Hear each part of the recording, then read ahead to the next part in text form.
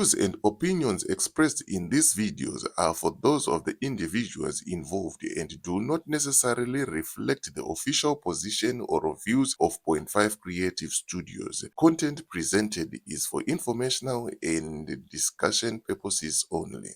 Greetings, good people. My name is DJ Oli and welcome to Point 5 Creative Studios.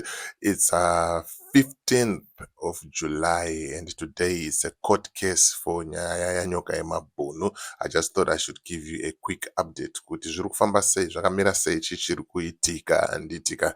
Right, urongwa hwese is going according to plan. The lawyers and everyone vapo panzvimbo and they are just waiting kunzwa kuti nguva dziri kutanga nguvai uyezve zvinhu zvinenge zvakada sei zvinenge zvakamira sei. And looking at the support that Comrade Nyokayemabhunu is getting, zvinhu zvinofadza, and I really appreciate each and everyone who's there at the court. As you can see, the images that I'm showing you right now is from the court.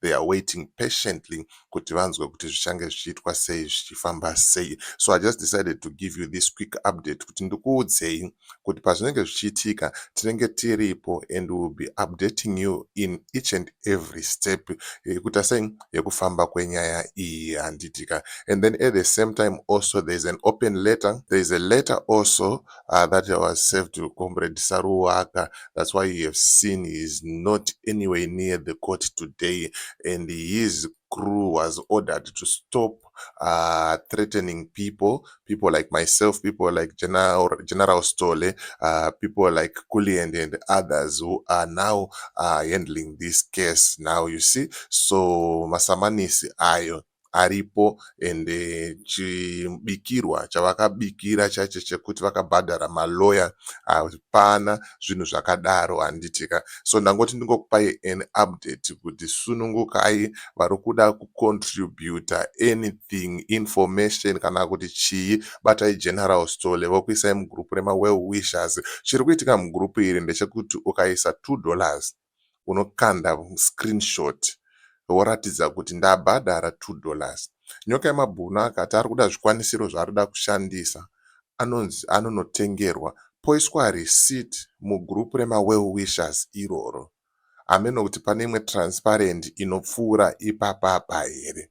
Ukauya watumwa nevamwe vanhu kuda kuzovhiringidza mugrupu iri, ma-administrators they don't tolerate nonsense, vanokubuditsa ipapo handitika. Well, that's the quick court update yandangoti ndingokupai zve 2 minutes handitika. So let's support Comrade Nyoka and Saruwaka and your people. Stop pushing narrative yekuti hanzi Nyokayemabhunu atotengwa simply because you are now out of this case.